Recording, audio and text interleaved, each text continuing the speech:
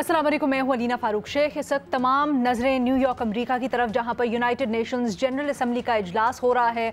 और ये जो पूरा इजलास है, इसकी हाईलाइट है मसला फ़लस्तीन और उसके कोई हल तलाश करने की तरफ। आप देख रहे हैं इस इजलास से जो पहले सारी डेवलपमेंट्स हुई, जिसमें मुतअद्दिद ममालिक दुनिया के उन्होंने फ़लस्तीन को एक ख़ुद मुख्तार रियासत के तौर पर तस्लीम किया।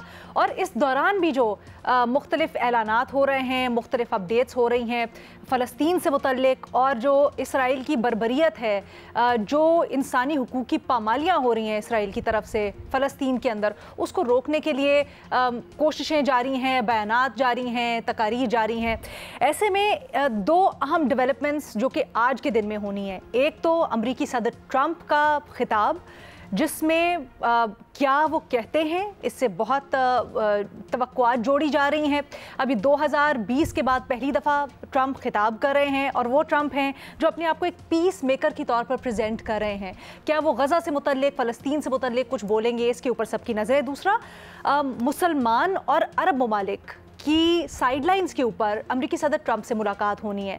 अब ये जो मुलाकात है मुस्लिम और अरब ममालिक की, इसको बड़े गौर से देखा जा रहा है, और इसके ऊपर न सिर्फ तज्जिए तबसरे हो रहे हैं, बल्कि अमरीकी ने इससे मुतल्लिक एक इनसाइड स्कूप भी शेयर किया है। एक्सियोस वो ये कहता है या दावा करता है कि एक फॉर्मूला ट्रंप पेश करने जा रहे हैं अरब और मुस्लिम ममालिक को गज़ा और फ़लस्तीन से मुतल्लिक हल के लिए। और वो ये है कि अरब ममालिक और जो मुस्लिम ममालिक हैं वो गज़ा में एक अमन फ़ौज भेजें। सिर्फ यही नहीं, बल्कि गवर्नेंस बहाली और माली मुआवनत की ज़िम्मेदारी भी लें। अब बहुत से सवाल हैं इससे मुतल्लिक, लेकिन शुरू यहाँ से करते हैं कि ये जो मुमकिना तौर पर फॉर्मूला से मुतल्लिक बातें हो रही हैं, क्या ये काबिल अमल तजवीज़ है? अगर ट्रंप ऐसी कोई पेशकश करते हैं तो हमें ज्वाइन करें इस डिस्कशन के लिए सलीम साफ़ी साहब, मज़हर अब्बास साहब मेरे साथ स्टूडियोज़ में, इरशाद भट्टी साहब, महमुल सरफराज साहबा भी हमें ज्वाइन कर रही हैं। साफ़ी साहब, आपसे जानना चाहेंगे, क्या समझते हैं ये जो आज अरब ममालिक मुस्लिम लीडरान से मुलाकात होनी है ट्रंप की, ये कितनी अहम है? आपकी इससे क्या तवक्कुआत है? और ये जो दावा किया जा रहा है इस रिपोर्ट में कि ट्रंप कोई फार्मूला दे सकते हैं और उसके कुछ खदोखाल चीदा चीदा बताए गए हैं, क्या आपको लगता है ये वर्केबल फार्मूला भी है या नहीं? देखिए, अभी तक तो ट्रंप ने कोई फार्मूला नहीं दिया, बल्कि जब से वो सदर बने हैं तो वो नेतन्याहू के इक़दामात ही को वैलिडेट कर रहे हैं और उनको फॉलो कर रहे हैं। हालांकि उन्होंने इलेक्शन कैंपेन के दौरान ये कहा था कि वो आते ही गज़ा की जंग ख़त्म कराएंगे, और गज़ा में जो कुछ हो रहा है उस पे इंसानियत तड़प उठी है, लेकिन उसमें अपना किरदार उसने कोई अदा नहीं किया कि उस जंग को ख़त्म करे, उस कत्लेआम को, उस नस्लकशी को ख़त्म कर ले। ये जो अभी इजलास होने जा रहा है मुसलमान मुल्कों के साथ, तो खुद ट्रंप अभी तक जो फार्मूला उनका है, तो मैं नहीं समझता कि वो कोई ऐसा फार्मूला लाएंगे सामने कि जिसमें मुस्लिम ममालिक की फ़ौज को गज़ा में तैनात किया जाए, और न ये इसराइल को काबिल कबूल होगा। लेकिन अब देखना ये है कि वो क्या फार्मूला सामने लाते हैं और क्या हल पेश करते हैं। हमें अभी तक, क्योंकि ट्रंप ने बयानात इस दौरान जो है मुख्तलिफ किस्म के दिए हुए हैं, जिसमें लेकिन बयानात उनके 99% जो है वो प्रो इसराइल बयानात है। और नेतन्याहू से कई मरतबा उनका रब्ता भी हुआ, लेकिन उसके बावजूद भी न सिर्फ ये कि वो उनसे गज़ा की जंगबंदी नहीं करवा सके, बल्कि कतर जो कि सालसी कर रहा था और जो कि अमेरिका का इत्तेहादी है, सेंटकॉम का हेडक्वार्टर है, उस पर भी नेतन्याहू ने हमला करवा दिया, और कहते हैं कि मैं मज़ीद भी करूँगा। गज़ा के बारे में भी वो ये कहते हैं।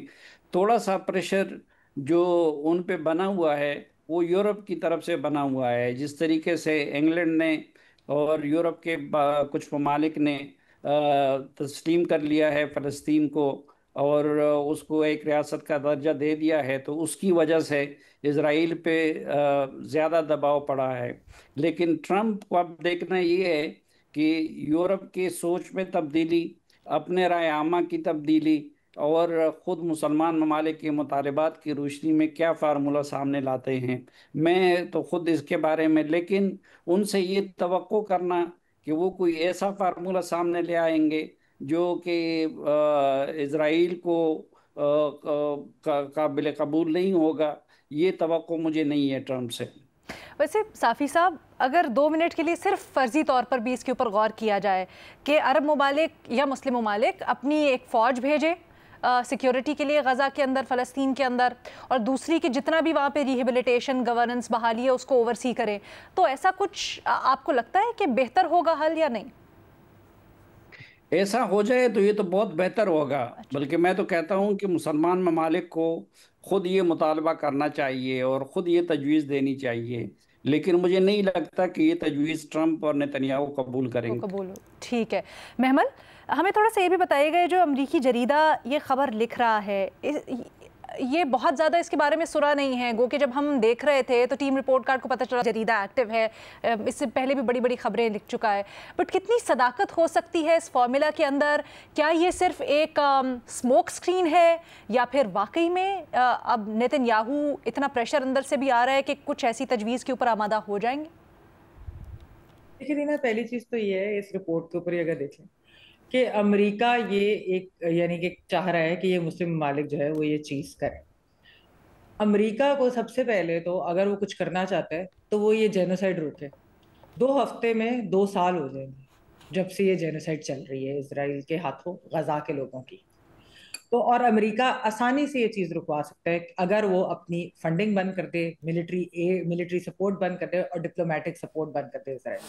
तो अमेरिका के बगैर इसराइल के पास कुछ भी नहीं। लेकिन अमेरिका ये नहीं चाहता, ना अमेरिका ये चीज करता है। तो पहले तो वो ये चीज बंद कराए।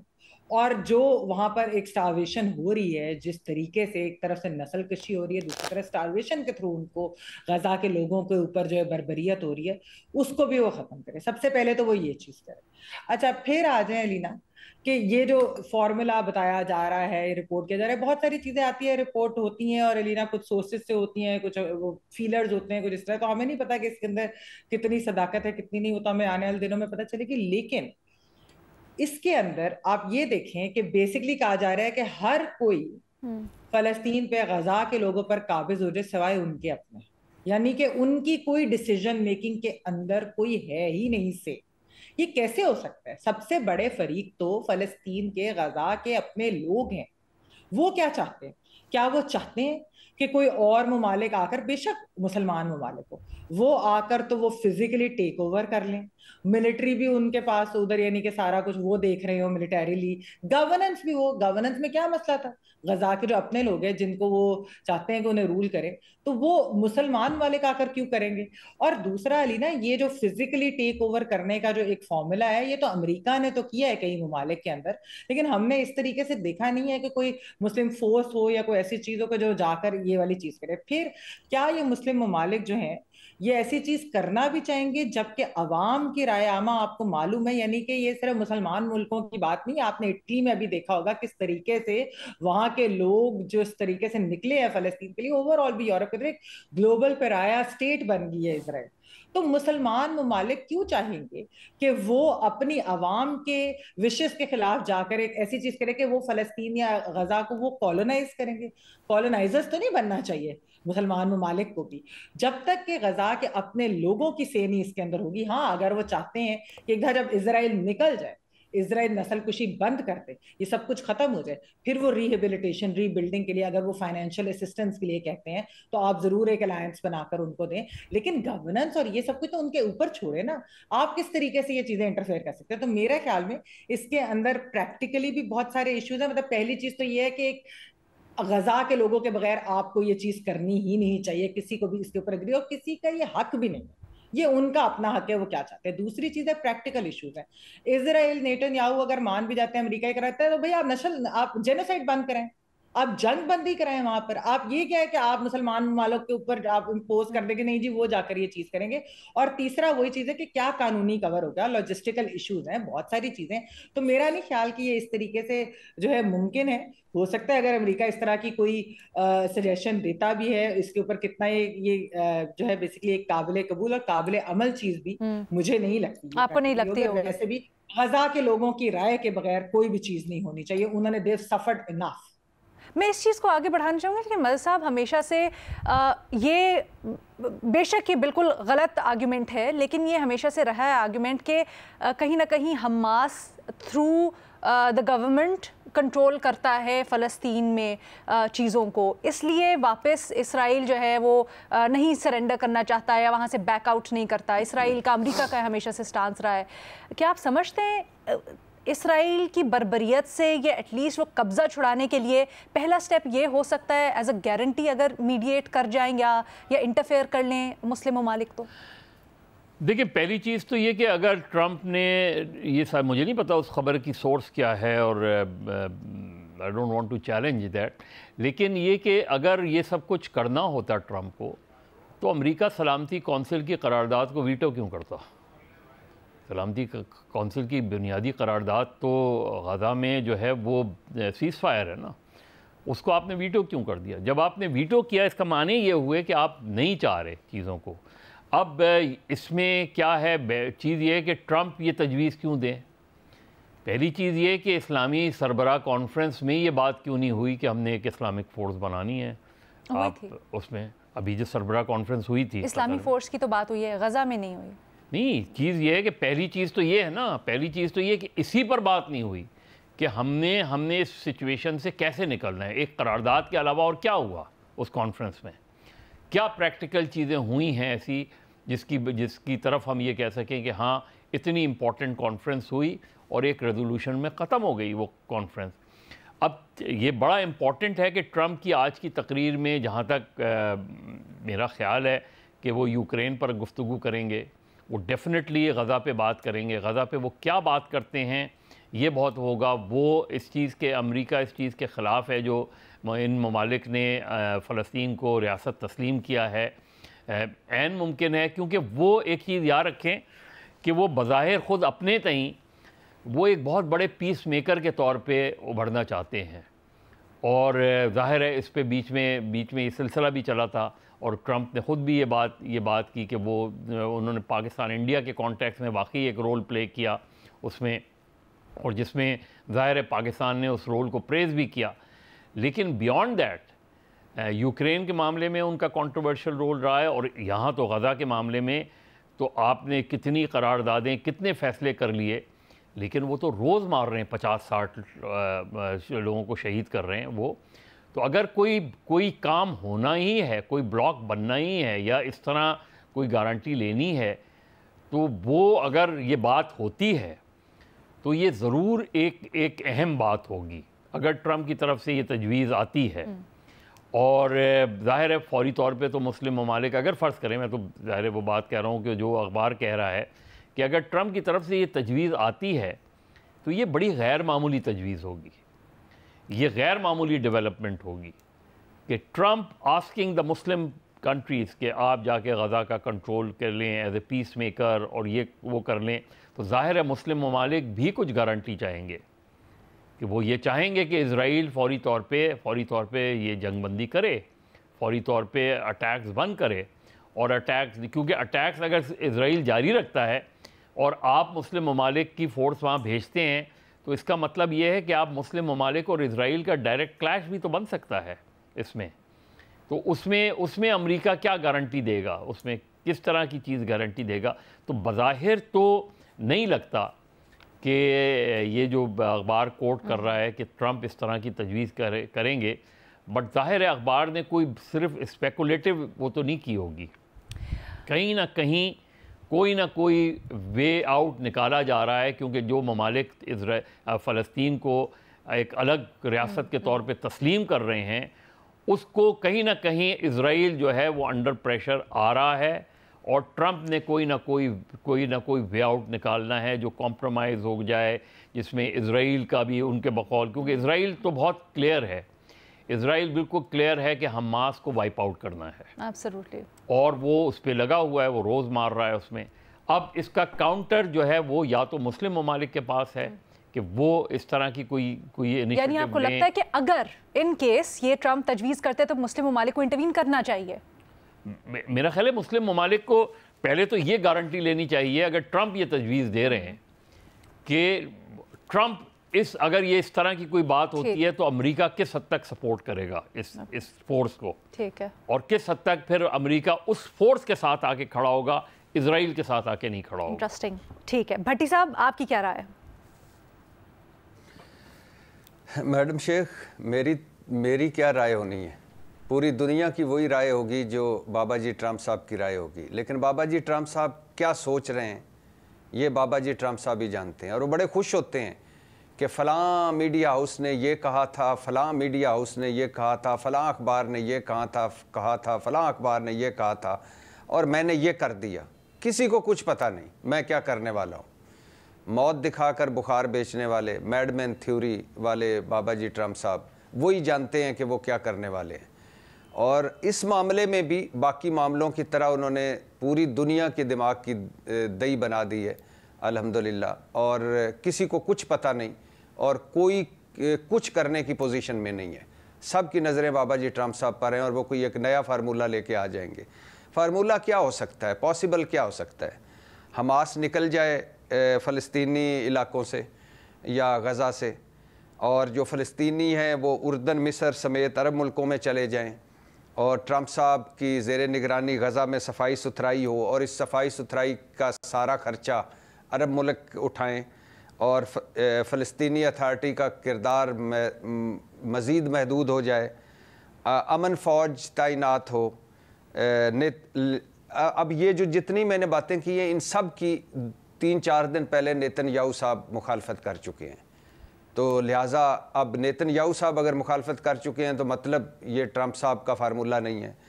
अब क्या इब्राहिम अकार्ड तर्ज का अमन फार्मूला होगा, या सब कुछ फ़लस्तीनी हुकूमत के अंडर होगा, या गज़ा में ट्रंप साहब का तफरी मकाम बनेगा, या गज़ा अरब मुल्कों के कंट्रोल में आ जाएगा, ग्रेटर इसराइली नक्शे के मुताबिक सब कुछ होगा, या सऊदी अरब यूएई कतर फार्मूले पर अमल होगा। और अगर एक बार और खुशकिस्मती से अमन कायम हो जाता है तो क्या गारंटी है कि इसराइल दोबारा कोई बहाना बनाकर फिर से हमलावर नहीं होगा? और अगर इसराइल हमलावर हो जाता है तो कौन रोकेगा? अक़वाम मुत्तहिदा में 6 बार इसराइल के हक़ में वीटो करने वाले अमेरिका या ट्रंप साहब रोकेंगे, या अज़ल से अबद तक बेबस मुस्लिम उम्मा और मुसलमान हुक्मरान रोकेंगे?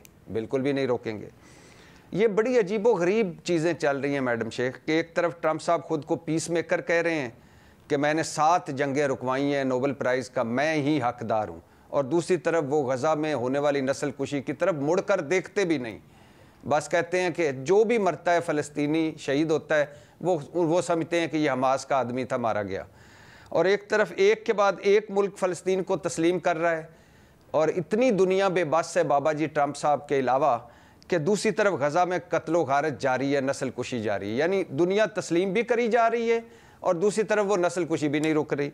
एक तरफ नेतन्याहू साहब जो बैन अल-अक़वामी जराइम की अदालत के इश्तिहारी हैं मगर वो अमेरिका हैं, और दूसरी तरफ महमूद अब्बास जो सदर हैं वो तमाम तर अमरीकी खुशनुदी के लिए काम करके, तमाम तर इसराइल के लिए मंसूबे मुकम्मल करके अमेरिका नहीं जा पाते, वीज़ा नहीं मिलता। अब वीडियो लिंक से खिताब करना पड़ा उन्हें। और एक तरफ अक़वाम मुत्तहिदा भी मान चुका है कि गज़ा में नस्ल कुशी का इसराइल गज़ा में नस्ल कुशी का मुजरम है। दूसरी तरफ अक़वाम मुत्तहिदा इतना बेबस है कि भूखों तक खुराक नहीं पहुँचा पा रहा गज़ा में, और ज़ख्मियों तक दवाई नहीं पहुँचा रहा। और मैडम शेख जो सबसे अहम बात है और जो आखिरी बात है वो ये है कि एक तरफ इसराइली कौमी सलामती के वज़ीर और वज़ीर ख़जाना को नस्ल परस्ती की वकालतें करने पर बरतानिया, Canada, Australia, New Zealand, Norway, Netherland, Ireland, Slovenia ने नापसंदीदा करार देकर दोनों पर पाबंदियां लगाई हुई हैं। और एक तरफ स्पेन ने इसराइल से दिफाई और तिजारती तल्लुकात मुनक़ता कर लिए, और नॉर्वेजियन वेल्थ फंड ने 34 इसराइली कंपनियों में सरमायाकारी से हाथ खींच लिया। लेकिन दूसरी तरफ 57 मुस्लिम मुल्क और अरब लीग, मुस्लिम उम्मा और अरब से 2 अरब के करीब गालिबन मुसलमान वो हाथ पे हाथ धरे बैठे हैं, और क्या कर रहे हैं? वो उसको फ़ोन कर रहा है, वो उसको फ़ोन कर रहा है, वो उसकी मजम्मत कर रहा है, वो उसकी मजम्मत कर रहा है, और सारे ट्रंप साहब की तरफ देख रहे हैं। और अब बाजमात, यानी ये वक्त भी हमने देखना था, बाजमात ट्रंप साहब की खिदमत में हाज़रियाँ देंगे और बाजमात मिलेंगे कि बाबा जी हमारे गुरु, हमारे उस्ताद, हमारे पीरो मुर्शद, हुक्म कीजिए हम क्या कर सकते हैं। और सारे पूछें कि ट्रंप साहब से मुलाकात हो रही है, शादियाने बज रहे हैं कि आज शर्फ बारियाबी होगा ट्रंप साहब के आगे, और ट्रंप साहब भी किसी से आधा हाथ, किसी से पौना हाथ, किसी से मुकम्मल हाथ मिलाकर एक अपना हुक्म सुनाएंगे। यानी इतना जवाल भी देखना था इस मुस्लिम उम्मा ने कि 6 के 6, बल्कि उनको तो चाहिए कि एक रखें हमारे लिए किसी ईद पर, सारे मुसलमान हुक्मरान आया करें, एक एक सेल्फी खिंचवाया करें और बड़े बड़े ड्राइंग रूमों में लगा के बताया करें कि हबीबी हैया हैया, हबीबी हैया हैया। यानी एक इसराइल ने 30 से 40% मैडम शेख ज़मीन हड़प कर ली है, और दूसरी तरफ ट्रंप साहब के अमन फार्मूलों पे की तरफ दुनिया देखी जा रही है। कब तक, कहाँ तक, जब गजा में कोई बंदा नहीं रह जाएगा? कब तक, जब कतर के बाद अगले मुल्क पर भी हमला हो जाएगा? तो मेरा ख्याल है ट्रंप साहब ही करेंगे। हम तो इतने में ही खुश हैं कि हमारी आज ट्रंप साहब से मुलाकात हो जाएगी। अच्छा, इस चीज़ के ऊपर मैं सलीम साफ़ी साहब से 1 मिनट ज़रा क्विकली कमेंट लेना चाहिए। साफ़ी साहब, क्या वैसे ये कहना कि मुस्लिम ममालिक, ठीक है मैं मानती हूँ उस तरह से कुछ नहीं अमली तौर पर कर पाए, लेकिन जो जिस तरह से हम पेंट कर रहे हैं वो कहना भी दुरुस्त होगा कि हाथ बांध कर ये मुलाकात करने बड़ी खुशी से जा रहे हैं? नहीं, एक ज़ाहिरी बात है कि देखें, मुस्लिम ममालिक ने आज तक इतना भी नहीं किया कि जो कुछ यूरोपियन ममालिक ने किया, जिन ममालिक के इसराइल के साथ सफारती और तजारती ताल्लुकात हैं, उन्होंने अभी तक वो भी मुनक़ते नहीं किए। तो इस लिहाज से तो मुस्लिम ममालिक का रोल जो है वो काबिल अफसोस है।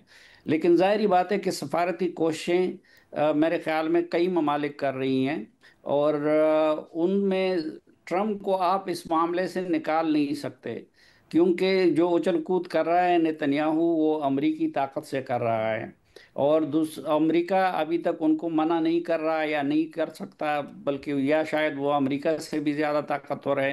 तो अगर आपने सफारती कोशिशें करनी है तो इसराइल के मसले से अमरीका को निकालना ये मुमकिन नहीं है।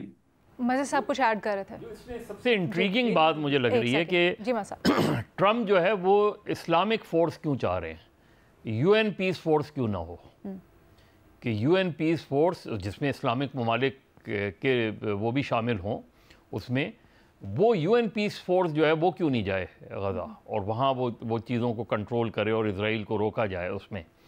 क्योंकि ये जो है कि डोनाल्ड ट्रंप ये क्यों चाह रहे हैं, अगर वो ख़बर दुरुस्त है कि जी मुस्लिम ममालिक अपनी फ़ोर्स बनाएं और वो जाके गज़ा में वो करें ये, तो देखना ये है कि एक तो ये कि वो तकरीर क्या करते हैं जनरल असम्बली में, और फिर जो इन कंट्रीज से मुलाकात है, मुलाकात में कभी भी कोई हर्ज नहीं होता चीज़ों में उसमें।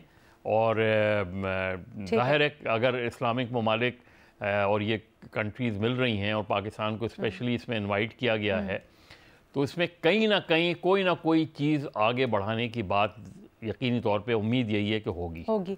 अच्छा, ये वाला जो आप पॉइंट कह रहे थे ना, इसी को मैं महमल के पास लेके जाना चाहूँगी। महमल, आप भी कुछ ऐड करना चाह रही थी प्लीज़, वो भी। और क्या वैसे अमेरिका मिडल ईस्ट के अंदर मुसलमानों को मज़ीद इस तरह का कंट्रोल देना चाहेगा कि फ़लस्तीन के ऊपर भी एक फोर्स कर लें? देखिए ना, पहली चीज तो ये है कि अगर आप देखिए कि जो इर्द गिर्द के ममालिक है, यानी कि इनमें कुछ ममालिक के नाम भी है, अगर जॉर्डन और इजिप्ट की बात की जाए तो उन्होंने पिछले 2 साल में पैलेस्टीनियंस की क्या मदद की? बिल्कुल कोई मदद नहीं की। वो तो बल्कि खित्ते में इसराइल के एलाइज हैं, मुसलमान मुल्क होने के बावजूद भी। और ये तो हमने देखा है कि वेस्टेड इंटरेस्ट होते हैं उम्मा की, तो जैसा मैंने कहा कि एक है मिथ है। असल में जो अरब ममालिक आप कह लें या मुस्लिम ममालिक थोड़े से जो जागे, वो तब जब कतर के ऊपर हमला हुआ, और कतर के ऊपर यानी वो एक मीडिएशन करा रहा था, और यूएस एलाय भी है, सिक्योरिटी का भी आपको पता है वहां पर जिस तरीके से है। उसके बावजूद इसराइल को अमेरिका ने नहीं रोका उन पर अटैक करने से। उसके बाद जो है बाकी अरब ममालिक जो है उनको भी खतरे की घड़ियां नजर आ गई कि ये जो इसराइल कल को हम पर भी हमला कर सकता है। वो चीज जरूर है। मैं इसीलिए ये बात कर रही हूँ अलीना कि इस तरह का जो कोई भी सजेशन है या कोई भी इस तरह का फॉर्मूला है, ये प्रैक्टिकल भी नहीं है, और दूसरा वैसे भी इजराइल जो फलस्तीन के गजा के लोग हैं ये उनकी सोवरेनिटी के भी खिलाफ है। हम हमेशा उनके हकूक की बात करते हैं, हम एक प्रिंसिपल पोजीशन इसके ऊपर लेते हैं। आप किस तरीके से उनके ऊपर इम्पोज कर सकते हैं, यानी कि एक ऑपरेसर कॉलोनाइजर्स के बाद आप दूसरे कॉलोनाइजर्स को देते हैं। अच्छा ठीक है, अगर आप कह भी रहे हैं कि महमल, हमेशा से अमेरिका और इसराइल का ये जवाब रहा है कि हमास गवर्नेंस को इन्फ्लुएंस करती है, गवर्नमेंट्स को इन्फ्लुएंस करती है, इसलिए हम वहाँ पर जो मौजूदा सेटअप है, अथॉरिटीज़ हैं, उनके हाथ में कंट्रोल नहीं दे सकते। क्या आपको लगता है उनका वो जवाब भी बेजवाज करने के लिए अगर ये तजवीज़ दी जाती है और दरमियान में किसी को इंटरवीन करना पड़ता है तो उसमें कोई कबाहत नहीं?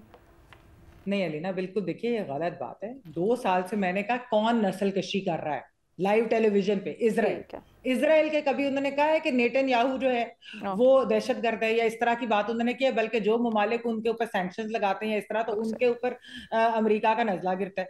और अमेरिका के अंदर कोई भी एडमिनिस्ट्रेशन आ जाए, वो रिपब्लिकन हो वो डेमोक्रेट्स हो, आपने कभी उन्हें एंटी इजराइल बात करते सुने?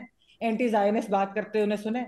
सब प्रो जायनिस्ट है, सब प्रो इजराइल है। तो ये बात आप इस तरह की सिलेक्टिव बात नहीं कर सकते। Let the people of Palestine decide their future. हम में से कोई कुछ नहीं होता कि हम उनके ऊपर इम्पोज करें या हम उन्हें बताएं कि उन्होंने क्या करना। बट इससे बड़ा मजाक क्या होगा कि यूनाइटेड नेशन जनरल असम्बली इजलास जिसकी हाईलाइट फलस्तीन का मसला सॉल्व करना है, गज़ा में जो बर्बरियत है उसके ऊपर बोलना है, तो अथॉरिटी के जो रिप्रेजेंटेटिव है महमूद अब्बास साहब, उनको ही वीज़ा नहीं मिला वहाँ पर बराह रास्त बोलने के लिए। बहरहाल जी अब देखते हैं क्या होता है। आज ट्रंप क्या बात करते हैं और फिर जो मुलाकात होती है उसके अंदर से क्या निकल के आते हैं, उसके ऊपर भी हम आने वाले दिनों में फिर तज्जिया तबसरा करेंगे। एक छोटी सी यहाँ पर ब्रेक लेते हैं, उसके बाद आपके सवालों के साथ वापस आएंगे। Welcome back. आप लोगों ने जो यूट्यूब के ऊपर सवाल भेजे तजियाकारों से उनके जवाब जानते हैं। महमल सरफराज साहिबा, आपसे सवाल हो रहा है कि अज़मा बुखारी कहती हैं पंजाब में डैम बनने चाहिए क्योंकि ये हमारा पानी है और इस पर डैम बनाने से कोई हमें नहीं रोक सकता। गवर्नर भी अपनी पार्टी के बरखिलाफ डैम बनाने की हिमायत में बयान दे रहे हैं, इसकी वजह क्या है? नहीं ना, देखिए इसकी वजह तो ये है कि इस वक्त एक नेचुरल डिजास्टर आया हुआ है, फ्लड्स आए हुए हैं, बहुत ज्यादा जो है वो तनकीद भी इस बात पर हो रही है कि लॉन्ग टर्म जो है इंस्टीट्यूशनल रिफॉर्म्स नहीं कोई किए गए। पानी को किस तरीके से, यानी कि अगर ज्यादा आ जाता है तो आप किस तरीके से इस्तेमाल कर सकते हैं, तो उसकी वजह से एक ये ऐसी सियासी बात है, ये जो डैम्स की बात है, ना कोई फीजिबिलिटी रिपोर्ट, ना कोई स्टडीज, ना कोई और चीज। वैसे भी आप देखिए जो बड़े डैम बनाने होते हैं, अगर इतने आसान होते बनाने तो इस वक्त तक भाषा बन चुका होता। यानी पिछले 30-35 सालों से डैम्स की बात हो रही है, लेकिन कौन से नए डैम जो है वो बन गए हैं? अब एक फिजिकल स्पेस कितनी है आपके पास, उसके अलावा वैसे भी ये एक आईनी ढांचे के अंदर यानी कि ये चीज होगी, ये उसके बगैर नहीं हो सकती, बातचीत के, पॉलिटिकल कंसेंसस के नहीं हो सकती, इरसा हो या यानी कि सीसीआई हो, उसके बगैर जो है आप आगे नहीं चल सकते। यही तो बात है वाटर शेयरिंग फॉर्मूला के ऊपर ही तो हम इंडिया के साथ जो हमारी सिंध-ताश माहदे की बात करते हैं वो यही तो चीज है। तो आप पाकिस्तान के अंदर कोई इस तरह की चीज इम्पोज करें, ऐसे थोड़ी है कि जी जहां से दरिया गुजर है तो पानी उसका है या क्या चीज है। मतलब बेसिकली एक ओवरऑल इसके ऊपर एक प्रॉपर बातचीत होगी, पॉलिटिकल कंसेंसस होगी।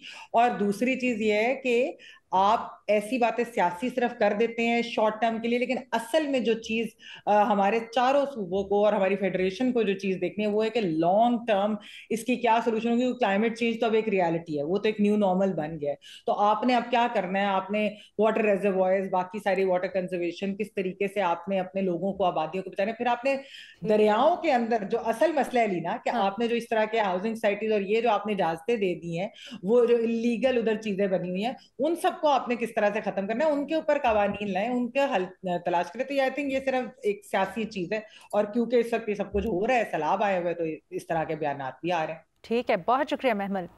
साफ़ी साहब से सवाल करते हैं अगला। साफ़ी साहब, आपसे पूछा जा रहा है अफगानिस्तान के कल अमीन गंडापुर साहब का बयान आया है कि अफगानिस्तान से मुस्बत पैगाम आया, उनसे सूबाई हुकूमत मुज़ाकरात करेगी और अफगानिस्तान से बात करने सूबाई हुकूमत का वफ़द जाएगा। सर, दहशत गर्दी का पाकिस्तान में जो मसला है, इसके हल के लिए ये फॉर्मूला कितना मौसर है?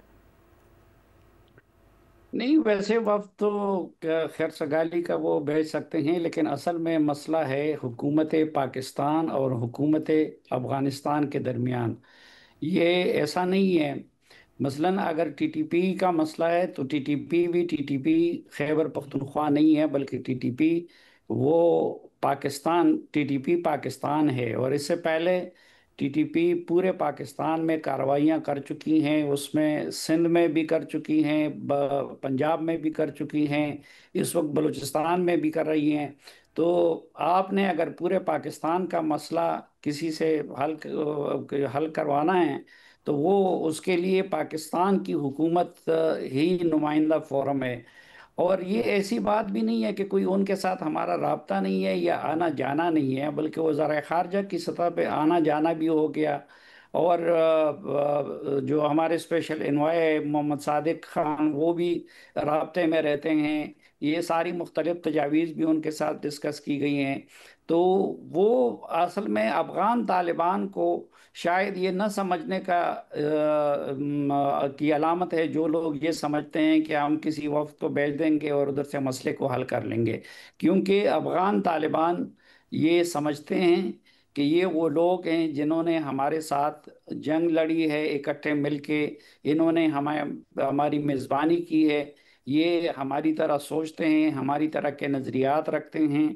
और वो ये कहते हैं कि अगर आप कोई मुज़ाकरात उनसे करना चाहते हैं तो हम उसमें फैसिलिटेशन कर सकते हैं, लेकिन ये नहीं कर सकते कि हम पूरे टीटीपी को आपके पकड़ के आपके हवाले कर दें। वो उसके लिए मुख्तलिफ उज़र पेश करते हैं।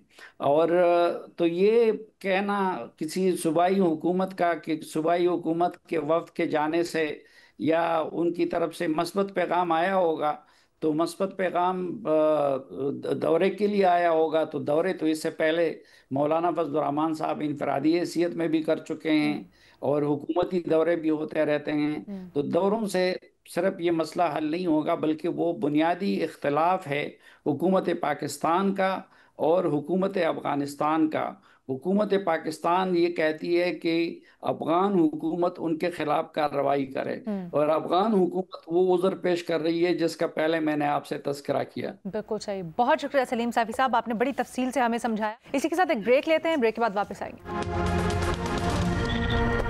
Welcome back. इरशाद भट्टी साहब से सवाल करते हैं। भट्टी साहब, आपसे पूछा जा रहा है कि इलेक्शन कमीशन में 2 नई सियासी जमातें रजिस्टर हो गई हैं, जिसके बाद जो कुल रजिस्टर्ड पार्टीज़ हैं उनकी तादाद 170 हो गई है। इतनी पार्टीज़ की ज़रूरत क्या है और इससे फ़ायदा होता है या नुकसान? बड़ा मज़े का सवाल है। ज़रूरत तो अब कोई नहीं रह गई, सही कह रहे हैं। अब ज़रूरत तो बिल्कुल नहीं रही किसी भी सियासी पार्टी की। सियासी पार्टी क्या करती है? जमहूरियत के लिए काम करती है, तो वो तो है नहीं। पार्लियामेंट के लिए तो वो भी आप देख रहे हैं, कोई आज़ाद अदलिया के लिए, कोई आज़ाद सहाफ़त के लिए, अवामी फ़लाह बहबूद के लिए या आवाम की वेलफेयर के लिए, तो वो तो अब झंझट रहे नहीं। और अब तो वक्त आहिस्ता आहिस्ता उस तरफ बढ़ रहा है कि इलेक्शन का जो एक झंझट है वो भी दरमियान से निकल जाएगा। अब वो लोगों को ये तकलीफ़ नहीं दी जाएगी कि वो इलेक्शन वाले दिन निकल के वोट डालें और बाद में कुड़ते फिरें कि हमने तो वोट उसे डाला था, निकला वहाँ से। अब वो भी झंझट ख़त्म होने वाला है। तो सियासी पार्टियों की तो वाकई कोई ज़रूरत नहीं रही, और ना हो तो फ़ायदा है, हो तो नुकसान है। 78 साल तारीख़ आपके सामने है। तो यानी भट्टी साहब, फिर आप तो इस सिस्टम के और इस सेटअप के फिर सराहते हैं, इसके हामी होंगे, क्योंकि शुरू से आपका नज़रिया यही रहा है। किस सिस्टम के मैडम शेख? सर मतलब ये जिस तरह आप समझ रहे हैं कि इसका कोई ज़रूरत नहीं रही है क्योंकि जमहूरियत रही नहीं है, तो क्या ये अच्छा है फिर मुल्क के लिए? जी जी मैडम शेख, बिल्कुल बिल्कुल। देखिए, मुनाफकत नहीं करनी चाहिए। आप जमहूरियत के हवाले से, पार्लियामेंट के तकद्दुस के हवाले से, वोट की इज़्ज़त के हवाले से, सिविलियन बालादस्ती के हवाले से, आज़ाद अदलिया के हवाले से, आज़ादी इज़हार राय के हवाले से आप मुनाफकत नहीं कर सकते, या यस या नो। और दूसरी बात यह है कि बिल्कुल ये जो डब्बा बंद जमहूरियत है जो पाकिस्तान में है, फ़्रांस में नहीं, फ़्रांस वाली, अमेरिका वाली, बरतानिया वाली जमहूरियत पे तो मेरी जान कुर्बान, जहाँ बाकी लोग जमहूरी हैं और वो जमहूरियत पर यकीन रखते हैं। ये जो चंद ख़ानदानों की सहमी हुई, सिमटी हुई, छुई मुई जमहूरियत है, इसके तो मैं सिरे से ही खिलाफ हूँ और ये तो होनी ही नहीं चाहिए। ये अच्छा कोई फर्स्ट कॉपी भी होती ना जमहूरियत की, या इसमें जीम भी जमहूरियत कहा जाता तो फिर भी था, ये तो पता नहीं कौन लोग हैं, मौका शनास लोग, मौका परस्त हम पे मुसल्लत हो गए हैं और इस सारे इन्होंने अपने जो जिसमें इनके ख़ानदान नवाजे जाते हैं उसको जमहूरियत का नाम दिया हुआ है। तो मुझे तो इन बेलामों से कोई दिलचस्पी नहीं, जहन्नम में जाए इस तरह की ये डब्बा बंद जमहूरियत। चलिए ठीक है, थैंक यू भट्टी साहब। मर साहब, आपसे सवाल है कि मेयर कराची ने खदशा जाहिर किया है कि ग्रीन लाइन मंसूबा 2035 तक भी मुकम्मल नहीं होगा, जबकि इसी मंसूबे पर KMC ने कॉन्ट्रैक्टर्स को MA जिन्ना रोड पर काम से रोक दिया है। सवाल ये है कि क्या ऐसे फैसले ही मंसूबे की तकमील में सबसे बड़ी रुकावट हैं? देखिए, पहली चीज़ ये कि मेयर ने क्यों रोक दिया। एक काम अगर हो रहा है तो उस काम के ना होने की वजह से जो वहाँ लोगों को तकलीफ़ हो रही हैं, आप उसका तो ख्याल करें ना। बाकी आपके मामलात जो है वफाकी हुकूमत से क्या चल रहे हैं, जो कंपनी उन्होंने बनाई है उससे क्या चल रहे हैं। आप तसव्वुर करें कि ये रेड लाइन और ग्रीन लाइन ये कराची के लिए अजाब बन गए हैं। ये जो आप उधर BRT का मंसूबा उधर फंस गया है, यूनिवर्सिटी रोड, और इससे अलीना कम से कम 30 से 40 लाख लोग मुतासर हो रहे हैं। यानी आप देखें कि लाइन से वहाँ आप यूनिवर्सिटी रोड चले जाएं, हज़ारों की तादाद में अपार्टमेंट्स हैं, लिंक रोड्स हैं, जो कोई लियाकताबाद की तरफ जाती है, गुलिस्तान जौहर की तरफ जाती है। कितनी यूनिवर्सिटीज़ और कॉलेजेस हैं उस सड़क के ऊपर। फिर MA जिन्ना रोड आ जाएं, आपकी दो ही तो मेन रोड्स हैं, एक MA जिन्ना रोड, एक शार फैसल। यहाँ आप एक मंसूबे को कंप्लीट होने दें। आप क्यों 235 तक, आप क्यों 2035 तक की बात कर रहे हैं? जितनी कौन सा ऐसा मंसूबा है, इसको छोड़ दें जो वक्त पे कंप्लीट हो रहा है। एक मंसूबा बता दें आप, क्या K4 वक्त पे हो रहा है? क्या सेफ सिटी प्रोजेक्ट वक्त पर हो रहा है? क्या ये जो बसों के मंसूबे हैं, अब डबल डेकर, ये सारी चीज़ें ले आए, सड़कें कहाँ हैं जिन पे ये डबल डेकर चलेगी? ये जो कॉन्सेप्ट है ये मेरी समझ से बाहर है। बट सर, पहले तो ये ग्रीन लाइन मंसूबे का बड़ा कह रहे थे कि होगा, कंप्लीट करेंगे, हम जल्द से जल्द करने की कोशिश करेंगे। आपको पता है कि इतना ये ओरिजिनल मैप में अगर आप देखें तो ये इतना बेहतर मंसूबा था। अब उधर से कोरंगी से ये येलो लाइन शुरू करने वाले हैं। जब ये कोई मंसूबे शुरू होते हैं तो शहरियों के लिए अजाब बन जाते हैं। क्योंकि आप हम देख रहे हैं, अच्छा मैं मवाजना अमूमन करना नहीं चाहती, लेकिन फिर हम मजबूर हो जाते हैं। पंजाब में न सिर्फ बस, ट्रेन, बल्कि अब तो इलेक्ट्रिक बसेस भी मैं देख रही थी कि आ गई हैं। इतने सालों बाद भी कराची में एक ग्रीन लाइन बस ही रुका है। नहीं, बिल्कुल कंपैरिजन करना पड़ेगा। सिर्फ यही नहीं, वहाँ के आप अंडरपास देख लें जाके, वहाँ के आप फ्लाईओवर्स देख लें, बाकी चीज़ें तो छोड़ें।